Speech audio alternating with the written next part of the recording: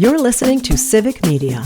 You can tune into any of our live shows on any radio station across the state with the Civic Media app. Find us in your phone's app store and listen anytime, anywhere.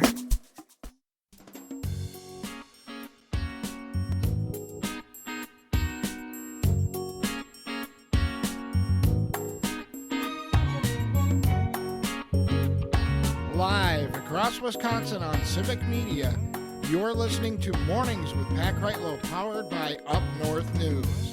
Now, from our Lake Wissota studio, here is the founding editor of Up North News, Pat Kreitlow. Hey, good morning. It is 7:06. Welcome back. Nice to have you here up north on this Thursday morning, July 17th, 2025. It's a busy weekend. I mean, last hour we talked about, Country Jam here in Eau Claire, Bastille Days in the Milwaukee area, the Hayward Lumberjack Festival. I listed all the various county fairs that are going on as well. And we're still not done. Robin Tigerton reminds us that Pulaski Polka Days is starting. Roger on Facebook tells us the Portage County Fair begins today. Alicia says it's Paper Fest this weekend in Kimberly. So there's just a lot to do here. Rob goes on to say, good morning from Tigerton. It's cloudy and 54, got 9/10 of an inch of rain. Severe weather was mostly south of me. Wautoma had more than 3.5 inches. Highway 21 was flooded on the east side. He says, I have an eye appointment today in Wittenberg, probably a candidate to wear glasses, and then 3 yards to mow in the Tigerton area this afternoon. He says, I think the meteorologists like Brittany and all in the media did an excellent job with severe weather coverage. It brings back memories of tracking storms on my road maps when I was a kid. Let's see. And he goes on to talk about Nicolette Larson being an awesome singer, also with the Nitty Gritty Dirt Band. And he says, have a fun time, Brittany, at EAA. I hope and pray you have nice weather there. And that takes me over to, oh, wait a minute. We've got Alicia saying, my oldest and I are going to the EAA schedule last night, planning our days. Air Venture is almost here. And on the text line, Jim in Brookfield, have a great time at EAA next week, Brittany. I hope the weather cooperates. I remember flying there from the Waukesha Airport in a 4-seater Piper with all the spotters on the ground communicating with us along our flight path. We never had to say a word on the radio until we landed. This is contagious stuff, the way that people feel about Air Venture, and count Brittany among them.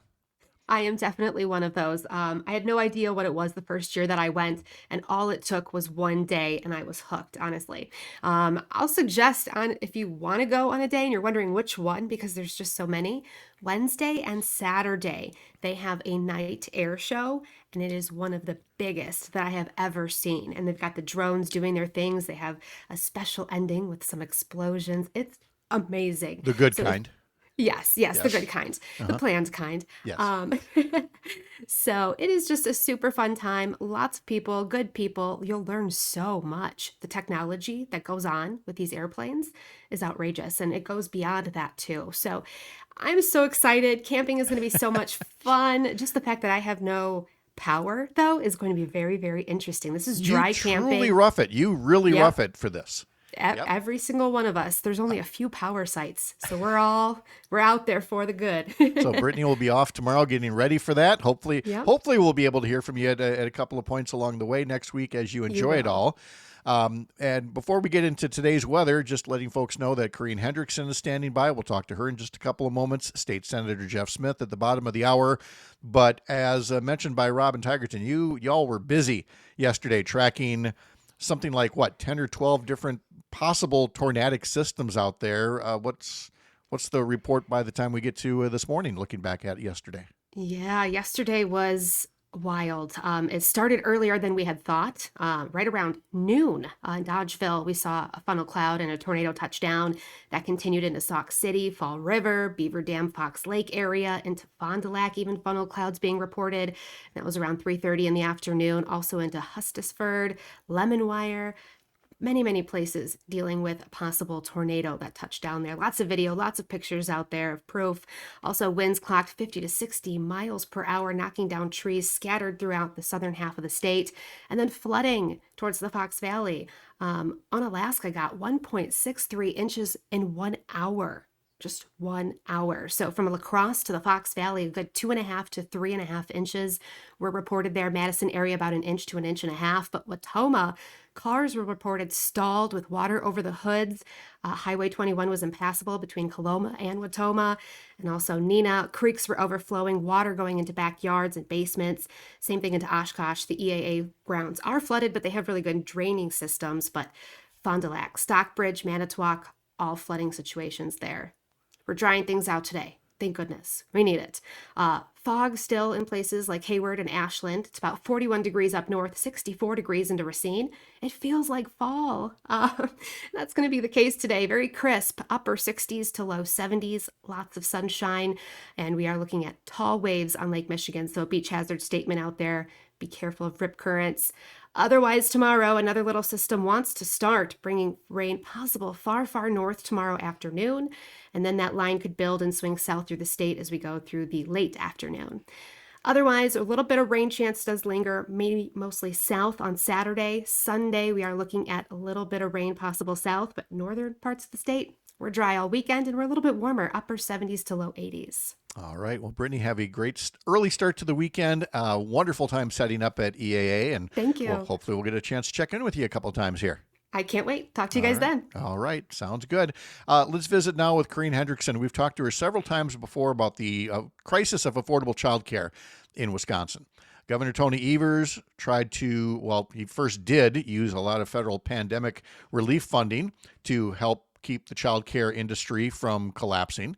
He also proposed something in the state budget, but the resulting deal between Evers and Republicans in the legislature fell short in some areas. For example, childcare. And in our next half hour, we'll talk to State Senator Jeff Smith about where the budget fell short in terms of homeless care for veterans. But let's stick to childcare now and bring Corrine in right now because Corrine says she finds herself at a professional crossroads, essentially, as a result of what is and what is not in the final state budget. Corrine Hendrickson, good morning. How are you? Good morning. I'm all right. I'm enjoying the cooler weather.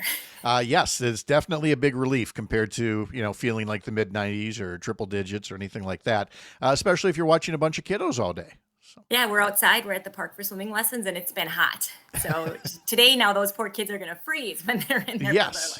Well, look, it is mostly thankless work. Thankfully, there are enough other parents and folks in the public who are becoming increasingly aware of the value of this industry and how it is in real crisis right now. But you talked to us, last week about the state budget bill and, how it only provides 1 year of partial relief compared to the governor's original proposal. So now you've had a chance to evaluate things further. And so you were nice enough to come back after having thoroughly reviewed things to tell us what you think it all means for, childcare on the whole in Wisconsin and what it means for you personally. Yeah, so thanks for having me on. What it means for all of us in childcare and the families that we care for and educate and their employers who have those parents employed is it's still going to be a disaster. Cindy, who's up in Green Bay, is one of our weekend members, and they're calling this program a bridge. First off, it's a bridge to where? To nowhere. But she actually said it's a plank in a pond payment because it's not a bridge. It's just one lonely board floating in uncertainty. And that really hit because it's not what Governor Evers is saying. He keeps saying in these press releases that, this is going to make childcare more affordable. It's not. We are raising our rates. I sat down and did my math. And in order for me not to take a $15,000 pay cut due to ages and the loss of 20% a month, I had to raise my rate $60 a week, which would be $350 for children under 2 and $320 for 2 and up. And in New Glarus, it's not tenable. I've lost 3 children so far due to rates. 2 of them were on subsidy. And so last year I struggled to fill my 3 spots, and it was September. I was starting to think I might have to close, and I couldn't do it again. So I talked to my parents this last week, let them know that I'm not going to be able to, I will not be able to morally try to stay open and try to fill 3 spots with parents that I'm like, yeah, if I'm still open, you can have a spot. How do I do that to them? How do I do that to their employers? They think they have a spot, but they're not sure. They're going to keep looking, as they should. And so I made the difficult decision that August 29th is my last day. I was able to get the kids that I have here into another group center because at that time, that's when they have turnover and that's when they have openings. So my 4 kids are probably going to stay together and they're going to be able to go there. But I am now trying to figure out what I'm going to do. One of my kids on Monday, she looked at me, she goes, Corrine, why don't you get to be a teacher anymore? And that just about broke my heart because that's what I do. And then another parent asked me, they're like, oh, we're all going to the same place. And then they're like, what are you going to do? And I said, you know what? I haven't figured that out yet. So that's the way that all of us in this field work. We think about the children and families, and then we think about ourselves. And so now I'm trying to figure out what I'm going to do next.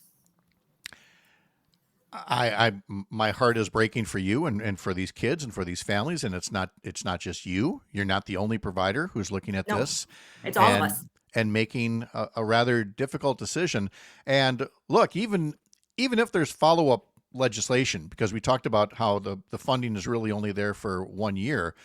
But as you've mentioned before, that's a lack of security that you can no longer live with. And who knows how many more are only going to be in business for 1 more year. Right. And that's the other thing is all the providers I'm talking to across the state, they're looking at raising their rates $10, $15 a week, maybe more now to try and keep the teachers they have, or the family childcare providers. They're looking for second jobs so they can stay open. That is not okay.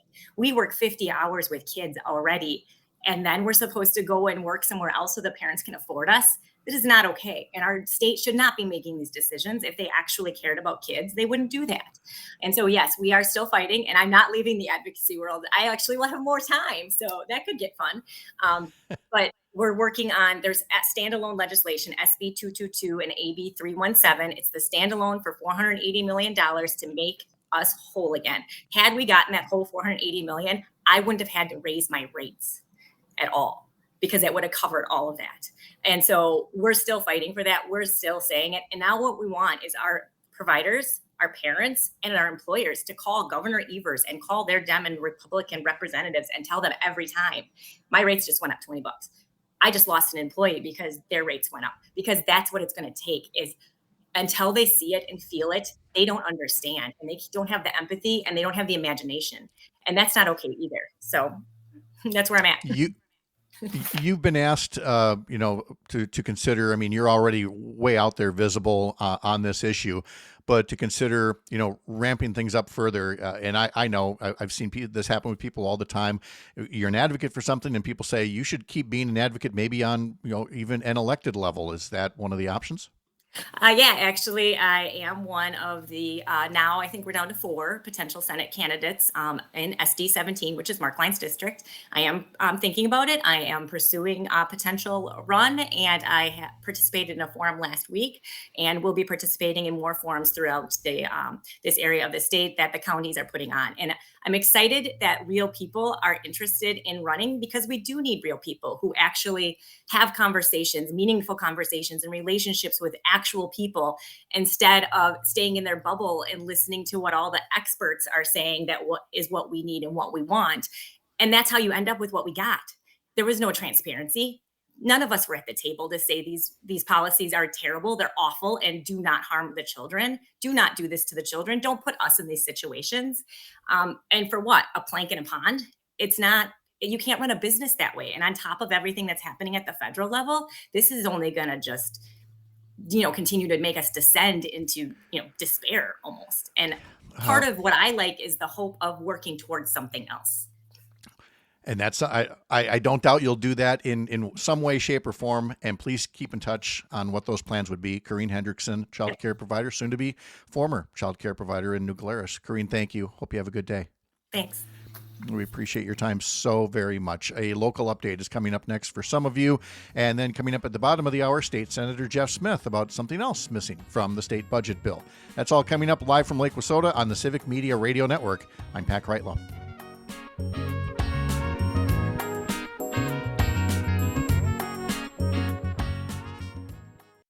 You're listening to Civic Media. Stay up to date on the latest news and information for your local community and Wisconsin by signing up for our free email newsletter. Visit civicmedia.us/email to get started.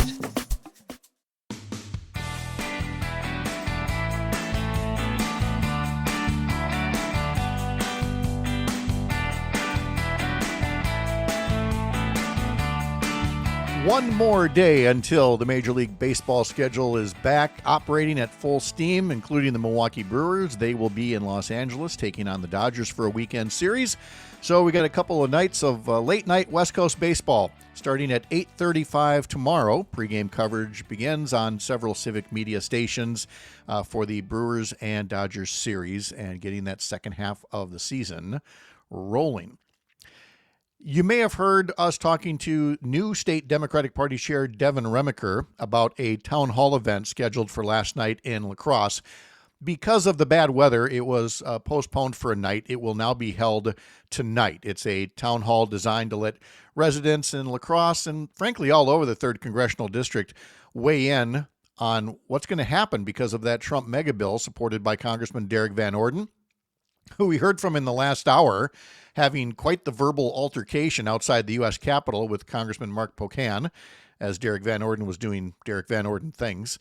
I doubt that he's going to be at the town hall tonight, but several other officials will be there, including Tara Johnson, State Senator Brad Pfaff, and others. And so if you want to learn more about it, head to mobilize.us. That's Mobilize, Mobilize, mobilize.us. Search for La Crosse in order to learn more and to register. Meanwhile, up in the Wausau area, the Wisconsin Fair Maps Coalition is going to hold a forum tonight. They held one last night in Green Bay. You can see it on YouTube. Look up the League of Women Voters of Greater Green Bay and find out what the Wisconsin Fair Maps Coalition is doing with this statewide tour. Green Bay last night, Wausau this evening. Because here's the thing. They will give a presentation on fair maps, but they also have an outline for a proposal for an independent redistricting commission, taking it out of the hands of partisan politicians. Because if that doesn't happen, it is quite possible that the fairer maps that we have now will simply be a temporary and distant memory unless something is put into legislation ahead of the 2030 census. That's actually not that much time to act. And otherwise, we go back to a system where the politicians pick their voters instead of voters picking their representatives. So this will all be at the Public Library in Wausau tonight, 300 First Street from 6 to 8.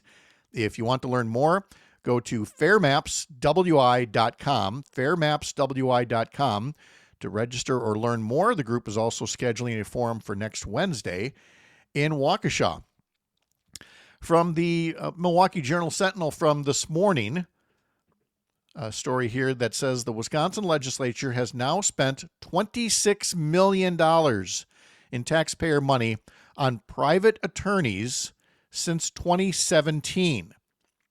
Because we've got a Democratic governor and a Democratic state attorney general, Republican legislators have often sought outside counsel at your expense to represent the legislature in what they describe as a wide range of high-profile legal battles, including redistricting, fair maps. You had to pay for the lawyers for the legislature to defend their gerrymandered maps.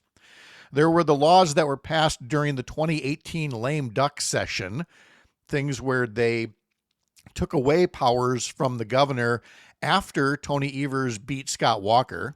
Again, just a partisan power grab. You paid for their private lawyers to defend that kind of conduct. And, of course, Michael Gableman, the former state Supreme Court justice, his failed quote-unquote investigation into the 2020 election. Again, legislative Republicans hired private attorneys, and you paid for them to defend that kind of conduct. A lot of the spending came after Tony Evers and Josh Kaul won their races in November of 2018, defeating former Governor Scott Walker and then Attorney General Brad Schimmel.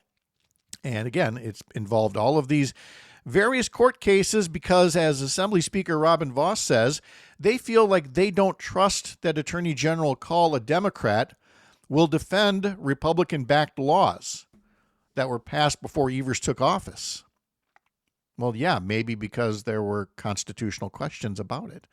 Evers has spent about $1.7 million on legal fees, a much smaller amount because he is able to rely on the U.S. Department of Justice to represent him in office. So again, there's something to be said about divided government in terms of checks and balances. We are definitely not overwhelmingly blue. We are not overwhelmingly red. The legislature was overwhelmingly red, but only because of the aforementioned gerrymandered maps that, again, they've had to defend in court year after year, and you've paid for that.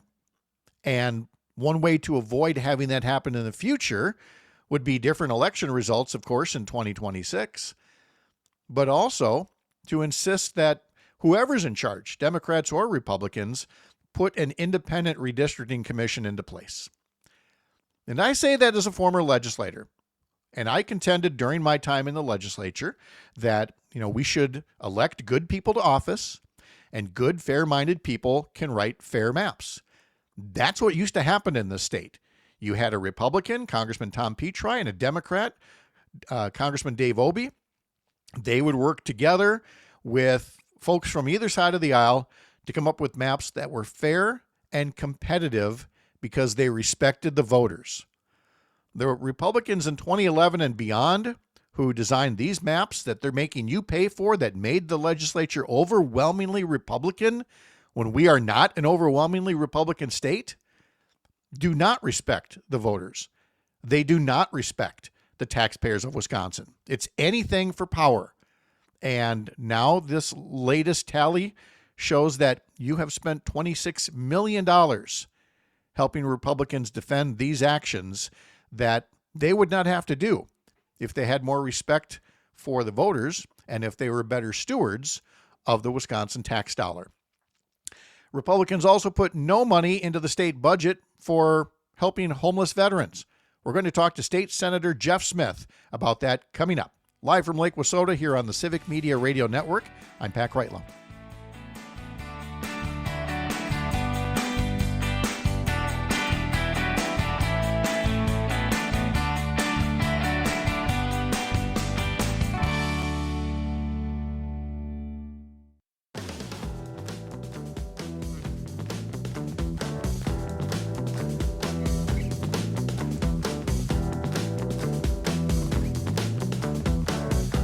Don't forget you can sign up for our newsletters, plural. Yes, we've got weekday newsletters. We've got a Sunday morning newsletter I put together all about Wisconsin politics. Sign up for it over at upnorthnewswi.com to learn more. Hit subscribe up in the top banner.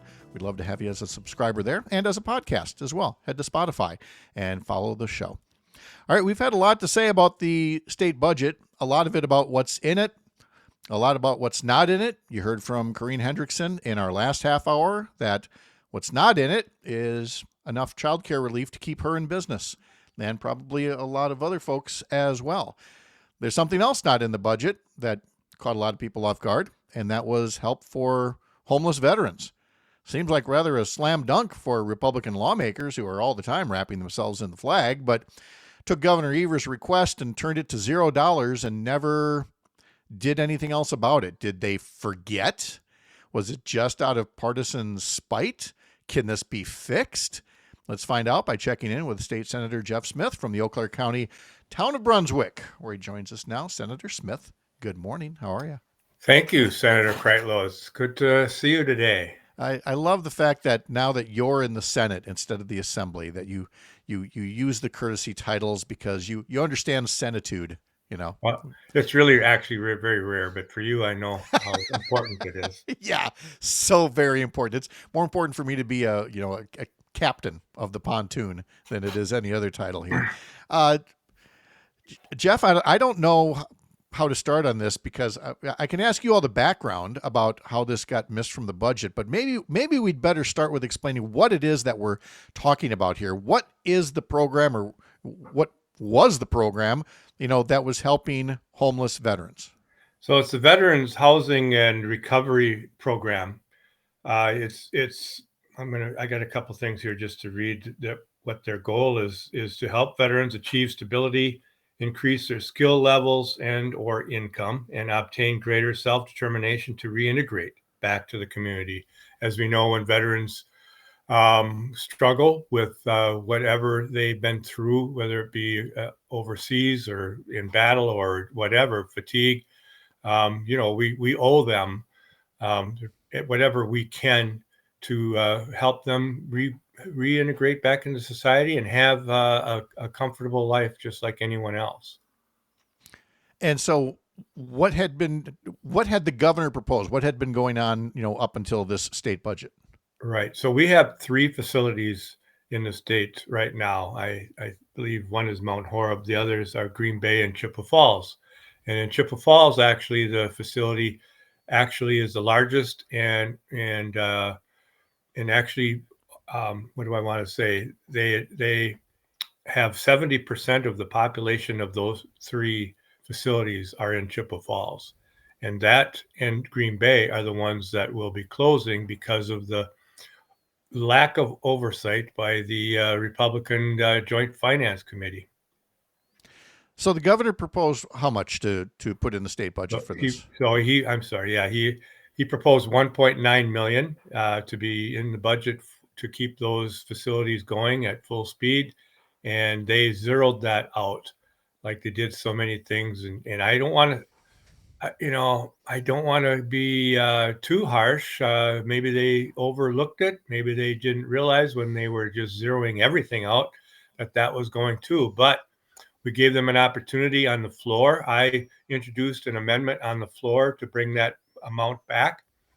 But I still think that they were in this giddy, well, we're doing this to the governor and we're taking everything out, and they weren't really listening. I guess, I don't know.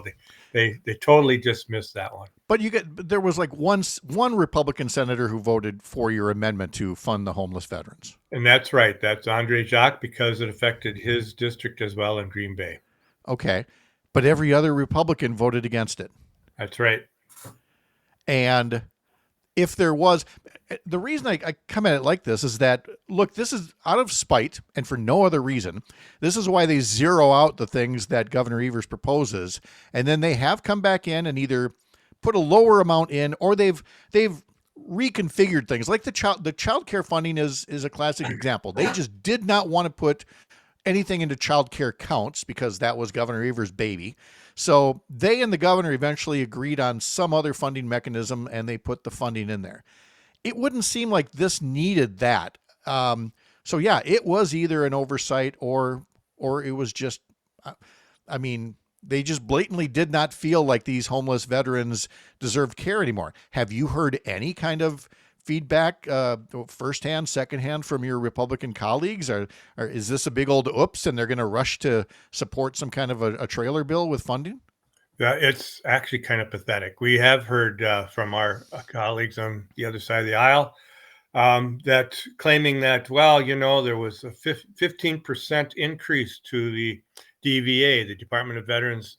And, that was their 15% increase for the agency as a whole. That was not for that program, but that's what they're using as, well, we increased by 15%. And then at least one of the talking points that I heard was this was just part of a wish list by the governor. I think that is so pathetic and so embarrassing that they would consider what we want to do to help veterans as a wish list. Well, and especially here's the thing that gives it away that's not true. When they say, "Oh, we put 15% over on the budget," the record is clear that they live to micromanage, and they will get right down into the line items and say, you can do this, but you can't do that. We've seen it in the literacy programs and in so many other things. And it sure sounds rather convenient that they can say, well, in this instance, we actually didn't want to micromanage. We just gave you a big pile of money and you do whatever you want with it. Said no Republican ever in the budget process until this got caught. Well, that's a good point. Yeah, it's excuses, making excuses, that which I think is dumb, because in a sense they're saying, oh yeah, we knew about it, but we thought this 15% was going to cover it.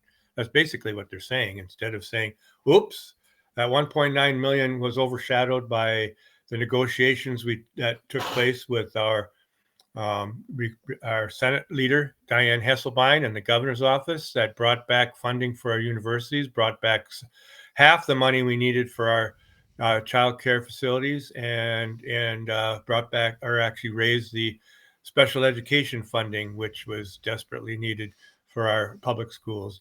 We didn't get everything we wanted, but we got that. But that all overshadowed 1.9 million that they seem to want to ignore now and make excuses for, it seems. So you've alluded to this, the fact that they needed Democratic votes to pass a budget. And so there was this agreement made, but as no doubt you are hearing, well, you heard from the very beginning, some of your colleagues, voted no, saying, look, there's not enough there. And now, of course, we're hearing pushback from the childcare sector, from the education sector, from everything else. Now that you've looked at it all and you've taken in all of the reaction, looking at your minority status and what the governor is dealing with Republican leadership in the legislature, was this the best that could be hoped for when you have a bipartisan vote on a budget? This was the best we could hope for. Just think about this. They came to us finally, kind of in the 11th hour, as we know, because with the Trump bill looming overhead that he was going to sign and remove any chance for us to capture $1 billion more in Medicaid funding, we were in a bind which they put us in. The Republicans put us in, certainly, but with the chance to come to the table, because this is what they need to imagine, and I know, Pat, you can, that they were going to make it even worse to satisfy the worst of their caucus. There were 5 members of their caucus, which they often call the terrorists, were holding them hostage and saying they wanted even more cuts. They were going to cut $87 million from the university system already, which would have closed campuses. That was already in the works of closing campuses if that happened. They zeroed out childcare. They were not going to increase special ed funding for public schools, even though they were paying 90% to voucher schools. All of those are the biggies that we came to the table with, along with more. We asked for more than that, but there was negotiations, as you know, and compromise in politics these days is rare. But it happened, and we got that compromise. And the deal was, if we can get certain things and make this better instead of worse, we can find 5 votes in our Senate caucus and help you pass this bill. We made that arrangement, and the leader, Diane Hesselbein, and myself, assistant leader, were 2 of the 5 votes, and then we had to find 3 more. And I feel very confident that it was the right thing to do, because it would have been much, much worse if they would have had to go the other route and make it get all their Republican votes. Coming back to the micromanaging that Republicans were doing in the last budget, it included $15 million to help the Chippewa Valley after 2 hospitals and several clinics closed abruptly, and yet the Joint Finance Committee refused to release the money, having a temper tantrum about some of Governor Evers' line item vetoes. Was that $15 million put into this new budget, or is it now gone forever? That is like a puff of smoke, Pat. It's just gone. They refused. I was another amendment on the floor that I introduced I even lowered it to 10 million. I said, I even, on the floor said, hey, I'm trying to negotiate right here on the floor with you, but we've got to have some help. And they just weren't interested. Every Republican chose not to support that. State Senator Jeff Smith is with us from the Eau Claire County town of Brunswick. So with the state budget behind us, obviously, there's still a fall session. There'll be some in the spring as well next year before everybody goes back to campaign. What kind of priorities do you have when the legislature gets back in action? Well, right now, the Klein Hall and the Green Bay facility have taken a high level of priority, because they will close at the end of September, apparently, if we don't get the funding. So I've introduced a bill as of yesterday to bring that money back and give us another chance to do the right thing. So hopefully that'll be pushed through fast. If we're right now in the process of gathering sponsorships, and hopefully we get sponsorships on both sides of the aisle. So that is an immediate, urgent issue right now, and we'll come back and hopefully be able to do something right away on that. Otherwise, it's back to trying to make sure that we support our Chippewa Valley hospitals and medical facilities here, and also because of what happened in Washington, we're going to have real threats of other rural hospitals closing across the state. Now, as we warned after the Chippewa Valley crisis, that could happen. And so I think we all got to pull together on both sides of the aisle, all across the state, to ensure that people are able to access health care. State Senator Jeff Smith from the Eau Claire town of Brunswick. Thank you, Jeff. Good to talk to you as always. Have a great day out there. All right. Have a good one. Yep. We'll catch you later. One quick note on our website, upnorthnewswi.com. A lot of new feature stories get put up there. One I want to tell you about, 10 Wisconsin breweries making a difference. Little breweries that start their own grant programs, host fundraising events. They place an emphasis on sustainability, reduce their carbon footprints, even giving to groups that help abandon pets and animal sanctuaries. Imagine drinking beer to do good works. 10 breweries that make a difference. Look for that on our website, upnorthnewswi.com. A local update next for some of you. The rest come back here live from Lake Wissota on the Civic Media Radio Network.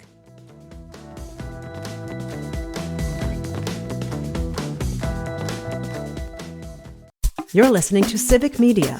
Find the latest news, information, and archives of all your favorite shows on the Civic Media website, civicmedia.us.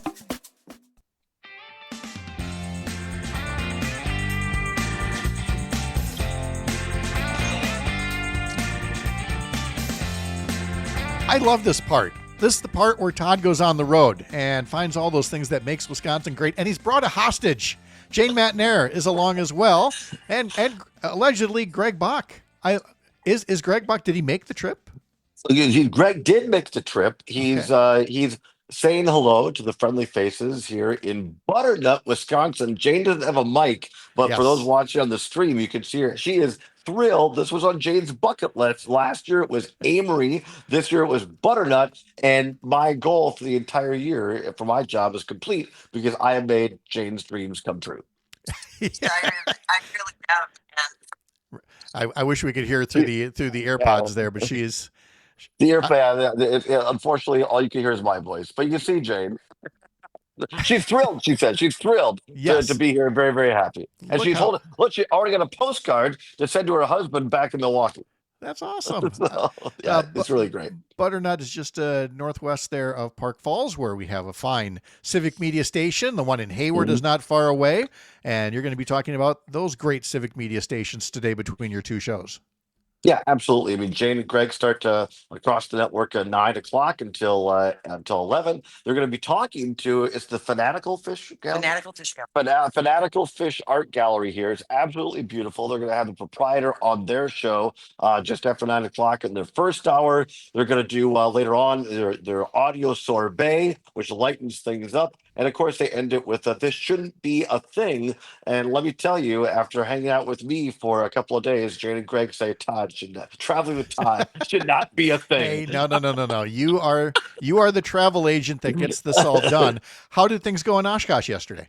It was great. I mean, Jane and Greg interviewed people at the EAA Air Museum. They could not have been better hosts, nicer people. And thanks to Todd Michaels and to Luke Mathers, able to get a lot of guests on both of our shows talking about, and so many things I think that we didn't know, at least I didn't. The education program that they have is not just going and watching planes, which is cool enough, but they have programs to bring youth into it. If you want to learn to be a pilot, you can bring people that will come on for not necessarily like free, but scholarships to learn how to fly. So that's fantastic as well. All right. And then tomorrow is Hayward, right?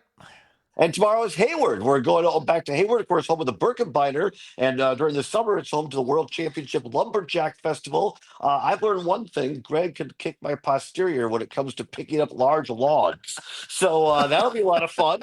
And a Native American powwow going on. You can join Jane and Greg at 9 to 11, me from 2 to 4 at a place called The Lot. Not Big Lot, but The Lot. The Lot. We're along with Big G. So we got The Lot with Big G tomorrow in Hayward, right across from Muskie 101, our sister music station here in northern Wisconsin. Yes, and WBZH is up there, the newest Milwaukee Brewers affiliate.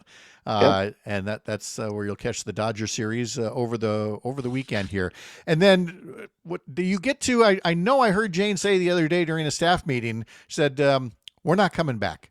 Because Jane is saying we're not coming back. Yes. We Pat say you heard you say at the staff meeting we're not coming back. No, we're never going.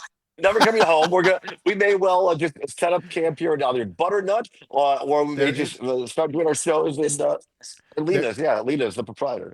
There's Lake Wissota right here. You can bring next week's shows down here. Well, Greg said we should just divert over to Pat's as we're crossing Highway 29 going further north. I don't know why you wouldn't. You guys are very welcome to come down this way and do that. So, well, we just might. Look, there's so much that's in the news, a lot of heavy stuff that we've had to get into, and we will.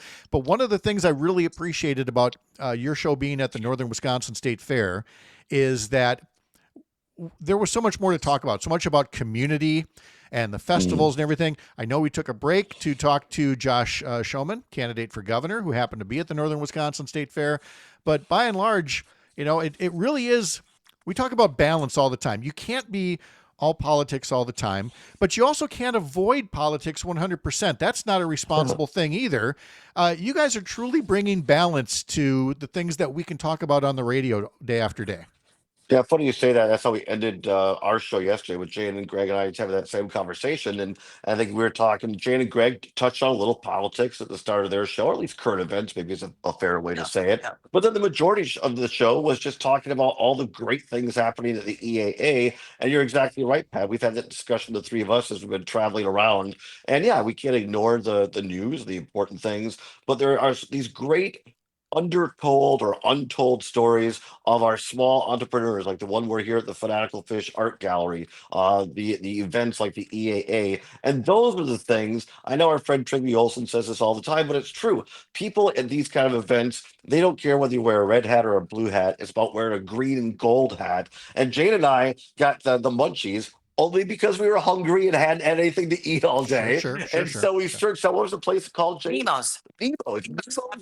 Captain Nemo's Grill and Bar, and they served it, so whatever it was, 10 o'clock, 10:30 last night, and we really appreciated that. So a shout out to Nemo's, and the sandwiches were great. It was fat. Yeah, it was really, really good. So you find good people up here, as you do all over Wisconsin. We started in Racine at the studios down there, went to Oshkosh, now we're up here in the North Woods, and there's so many things that bind us and weave us together as Wisconsinites. Oh, yeah. And look, I'm not saying that there shouldn't be, chains, chain restaurants, chain hotels, all that. I'm not saying they shouldn't be there. The fact that there are still locally run places, coffee shops, diners, taverns, other attractions, I think we have that here, unlike in many other states, and I'm just glad you got to go out and see it. So we'll see this all again coming up. She's just over an hour away. Jane looks like she's getting ready. I hope Greg wakes up in time for the show too. He will. He's away. He's helping set up the stuff. Yeah, 9 to 11, Matt there on air. Then we're there 2 to 4 here at Fanatical Fish Art Gallery in beautiful Butternut. Yeah, stop by and see us. We got coffee from Wonder State. We got Kringle from O&H and Racine, and just good people as well. All right.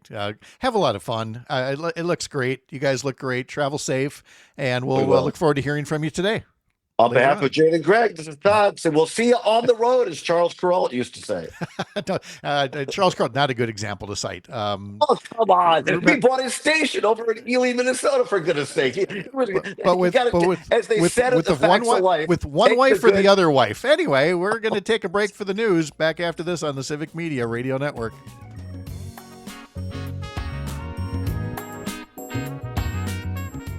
The national news cycle never stops, but it can be hard to find news about your local community. Civic Media is dedicated to providing quality local and state news coverage across Wisconsin. With the Civic Media app, you can get notifications about local stories that matter to you and your community. Find the free Civic Media app in your phone's app store and choose notifications from the menu to tell us what kind of news you want to hear about.